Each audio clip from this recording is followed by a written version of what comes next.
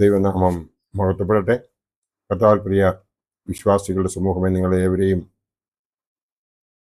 വളരെ വിനയത്തോടെ സ്നേഹത്തോടെ ഉയർത്തെഴുന്നേറ്റവനായ കർത്താവായ യേശു ക്രിസ്തുവിന്റെ നാമത്തിൽ പ്രഭാതവചനത്തിലേക്ക് സ്വാഗതം ചെയ്യുന്നു. ഇന്നത്തെ ദിവസത്തിന്റെ പ്രത്യേകത എന്ന് പറയുന്നത് 15 ഏപ്രിൽ 2026, ഈ മാസത്തെ 15-ാമത്തെ ദിവസം, ഈ വർഷത്തിലെ 105-ാമത്തെ ദിവസമാണ്. ഉയർപ്പിന് ശേഷമുള്ള 11-ാമത്തെ ദിവസമാണ്. ഇന്ന് 476-ാമത്തെ എപ്പിസോഡ് പബ്ലിഷ് ചെയ്യുന്നതിനായി ദൈവത്തിൽ ശരണപ്പെടുന്നു. ഇന്നത്തെ ധ്യാന വിഷയം സ്നാപനം. ഇന്നത്തെ ധ്യാന വിഷയം സ്നാപനം എന്നത് ആണ്. അമ്മ കുളിപ്പിച്ച് കഴുകി തുടയ്ക്കുന്ന ഒരു കുട്ടിക്കാലം ആരുടെ ഓർമ്മയിലാണ് ഇല്ലാത്തത്? കാലിൽ അഴുക്ക് പറ്റും എന്നതുകൊണ്ട് അമ്മയുടെ പൊക്കത്തിരുന്നായിരുന്നു കുളിപ്പുരയിൽ നിന്നും വീട്ടിലേക്കുള്ള സഞ്ചാരം. അതൊക്കെ ഒരു കാലം. നമുക്ക് അതൊക്കെയും ഓർമ്മയുണ്ടാവും. സ്നാനം എപ്പോഴും ശുദ്ധിയാക്കലാണ്. ശരീരത്തിൻ്റെ മാലിന്യങ്ങളെ കഴുകി തുടയ്ക്കുന്ന പുതിയൊരു ചുവടുവയ്പ്പാണ്. ഓരോ ശരീര സ്നാനവും നമ്മെ പലതരത്തിൽ ശുദ്ധീകരിക്കുകയും നമുക്ക് ഊർജം നൽകുകയും ചെയ്യുന്നുണ്ട്. അങ്ങനെ സ്നാനം പുതു ഊർജത്തിലേക്കുള്ള വാതായനങ്ങൾ തുറന്നിടുന്നു. എങ്കിൽ ഏറ്റവും നല്ല സ്നാനം ഏതാണ് എന്ന് നാം മനസ്സിലാക്കേണ്ടതുണ്ട്. അത് ആത്മാവിൻ്റെ സ്നാനമാണ്. ആത്മാവിനാൽ നവീകരിക്കപ്പെടുകയും ശുദ്ധീകരിക്കപ്പെടുകയും ചെയ്യുന്ന അവസ്ഥയാണ്. പുതുജീവൻ നൽകുന്ന മാമോദിസ ആണ്.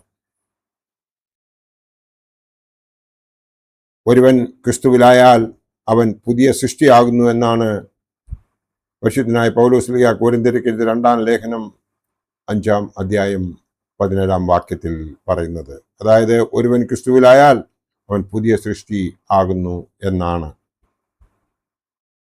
യേശു നിക്കോദിമോസിനോട് പറയുന്നത് ആചാരങ്ങൾക്ക് അപ്പുറത്തുള്ള അനുഷ്ഠാനങ്ങളെ അതിജീവിക്കുന്ന ഒരു പുതുജനനത്തെക്കുറിച്ചാണ്. പുതിയ ജനനം എന്നാൽ ആത്മാവിലുള്ള ജനനം എന്നാണ് ക്രിസ്തു വിശദീകരിക്കുന്നത്.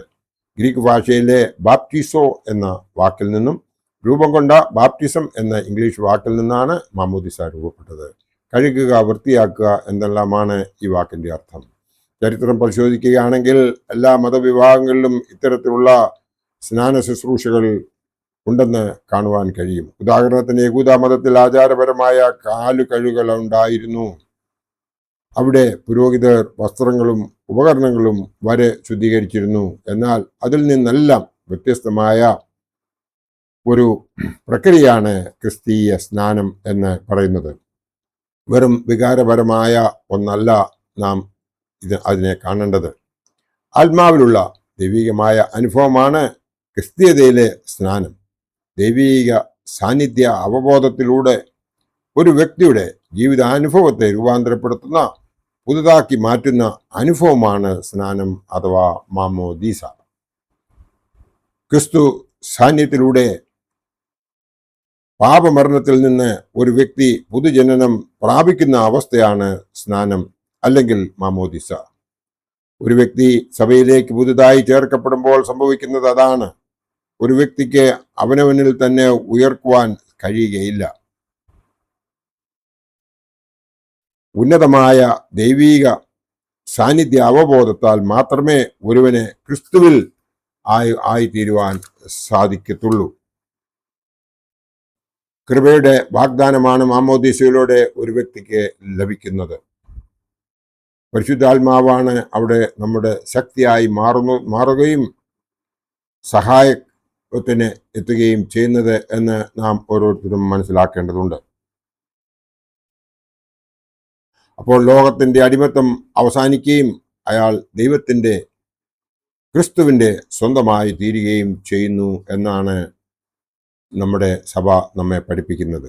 ദൈവത്തിൻ്റെ സ്വന്തമായി തീരുവാൻ പിന്നെ ഒരിക്കലും ലോകത്തിനുള്ളവനല്ല, മറിച്ച് സ്വർഗത്തിൻ്റെ അവകാശിയാണ് നാം ഓരോരുത്തരും. അങ്ങനെ പാപമരണത്തിൽ നിന്ന് ഉയർപ്പിക്കപ്പെട്ട് നിത്യജീവനിലേക്ക് യാത്ര ചെയ്യുന്ന വളർച്ചയുടെ അനുഭവമാണ് മാമോദീസ നൽകുന്നത്. ക്രിസ്തുവിൻ്റെ ഉയർത്തെഴുന്നേൽപ്പിനൊപ്പം നിരന്തരം അനുഭവവും സാക്ഷ്യവുമാകുന്ന പ്രഘോഷിക്കപ്പെടുന്ന ആധ്യാത്മിക യാത്രയുടെ പേരു കൂടിയാണ് മാമോദിസ എന്ന് പറയുന്നത്. അതൊരിക്കലും വെറും ശുദ്ധി കർമാനുഷ്ഠാനം മാത്രമല്ല, മറിച്ച് പരിശുദ്ധാത്മാവിന്റെ വ്യാപാരത്തിലൂടെ നിത്യജീവനിലേക്ക്, ഉയരത്തിലേക്ക്, ദൈവത്തിലേക്കുള്ള യാത്രയാണ് എന്ന് നാം ഓരോരുത്തരും മനസ്സിലാക്കേണ്ടതുണ്ട്. ഓരോ ദിവസവും ഉയരത്തിൽ നിന്നുള്ള പുതുക്കത്താൽ ജീവിക്കുവാനാണ് പരിശുദ്ധാത്മാവ് നമ്മെ മാമോദീസയിലൂടെ ഓർമ്മിപ്പിക്കുന്നത്. ക്രിസ്തുവിനോടും സഭയോടുമുള്ള ബന്ധത്തിൽ പുതുക്കപ്പെടുക, ആത്മാവിനാൽ നയിക്കപ്പെടുക. അപ്പോൾ പുതിയ ആകാശവും പുതിയ ഭൂമിയും സ്വപ്നം കാണുന്ന ഉന്നതമായ അനുഭവം നമുക്ക് സ്വന്തമാകും. വിശുദ്ധ മാമോദീസയിലൂടെ സഭാംഗത്വത്തിലേക്ക് പ്രവേശിക്കുന്ന ഒരു പൈതൽ പരിശുദ്ധ റൂഹാഭിഷേകത്തിലേക്കാണ് പ്രവേശിക്കുന്നത്. മാമോദീസ തൊട്ടിയിൽ മുങ്ങി നിവർന്ന് അവൻ കാണുന്ന വിശുദ്ധ ആൾത്താരയിലെ ഉദ്ദിതന്റെ കുരിശ് പിന്നീട് അവന്റെ യാത്രയ്ക്ക് ഊർജം പകരുന്നതാവണം. വിശുദ്ധ മാമോദീസയിലൂടെ പരിശുദ്ധാത്മ അഭിഷേകം പ്രാപിച്ചിട്ട് നാം എത്രയോ കാതങ്ങൾ പിന്നിട്ട് കഴിഞ്ഞു എന്നാണ് ഇന്ന് ആ ആത്മാവിന്റെ നിറവിൽ നിലനിൽക്കുവാൻ സാധിക്കുന്നുണ്ടോ എന്ന് നാം ഓരോരുത്തരും ചിന്തിക്കേണ്ടതുണ്ട്. ആത്മാവിൽ നീ എവിടെയാണ് മലിനപ്പെട്ടത്? സ്നാനഘട്ടത്തിലേക്ക് ഓടി നടന്ന് മുങ്ങി നിവർന്നത് കൊണ്ടായില്ല. കർത്താവിന്റെ പാതാരവിന്ദങ്ങളിൽ കണ്ണുനീരിനാൽ നീ ശുദ്ധീകരിക്കപ്പെടണം. കേവലം മർത്യ ശരീരത്തിന്റെ ശുദ്ധീകരണത്തെക്കാൾ ഉള്ളം ശുദ്ധീകരിക്കപ്പെടണം. ചിന്തകളും വിചാരങ്ങളും പ്രവൃത്തികളും ക്രിസ്തുവിന്റെ രക്തത്തിൽ കഴുകപ്പെടണം. ജീവിത വ്യാപാരങ്ങളിൽ അഴുക്ക് പറ്റിയെന്ന തിരിച്ചറിവ് ഉണ്ടായാൽ ഉള്ളം ശുദ്ധിയാക്കുവാൻ മടിക്കരുത്. പരിശുദ്ധാത്മാവിനാലും അഗ്നിയാലും ശുദ്ധീകരിക്കപ്പെട്ടവരായി കൂടുതൽ തെളിമയോടെ ജീവിത വ്യാപാരങ്ങളിലേക്ക് ഇറങ്ങിത്തിരിക്കുവാൻ നമുക്ക് ഓരോരുത്തർക്കും കഴിയുന്നുവെങ്കിൽ മാത്രമേ നാം ദൈവത്തിൻ്റെ പൈതലായി മാറുകയുള്ളൂ എന്നുള്ള വിവരം നാം ഓരോരുത്തരും എപ്പോഴും മനസ്സിൽ വെക്കുന്നത് നന്നായിരിക്കും. അതിനുവേണ്ടി നാം ചെയ്യേണ്ടത് ദൈവത്തിൻ്റെ അടുത്തേക്ക് പൂർണ്ണ ഹൃദയത്തോടും പൂർണ്ണ ആത്മാവോടും പൂർണ്ണ ശക്തിയോടും കൂടി ചെല്ലുകയും അവനെ നമ്മുടെ രക്ഷിതാവായി കാണുകയും അവൻ ചെയ്തിട്ടുള്ളതായ എല്ലാ കൃപാവരങ്ങൾക്കും വേണ്ടി എപ്പോഴും ഇടപെടാതെ നന്ദി പറയുകയും ചെയ്യുകയാണ് വേണ്ടത്. ഇടപെടാതെ പ്രാർത്ഥിക്കുകയും എല്ലാറ്റിനും സ്തോത്രം ചെയ്യുകയും ചെയ്യണമെന്ന് പരിശുദ്ധനായ പൗലോസ് ശ്ലീഹ നമ്മെ ഉദ്ബോധിപ്പിച്ചത് നാം മറക്കാതെ അതിൻ പ്രകാരം ജീവിക്കുന്നുവെങ്കിൽ, ദാവീദ് രാജാവിൻ്റെ സങ്കീർത്തനങ്ങൾ നാം വായിക്കുമ്പോൾ അതിൽ 34:5 പ്രകാരം പറയുന്നു, അവങ്കിലേക്ക് നോക്കിയവർ പ്രകാശിതരായി, അവർ ലജ്ജിച്ചു പോയതുമില്ല. നാം അവങ്കിലേക്ക് നോക്കുന്നുവെങ്കിൽ ഒരിക്കലും ലജ്ജയ്ക്ക് കാരണമായി തീരുകയില്ല എന്ന് മാത്രമേ അവസരത്തിൽ ഓർപ്പിച്ചുകൊണ്ട് എൻ്റെ വാക്കുകൾ ഇവിടെ ഉപസംഹരിക്കട്ടെ. ദൈവം നമ്മളെല്ലാവരെയും അനുഗ്രഹിക്കട്ടെ. നന്ദി, നമസ്കാരം.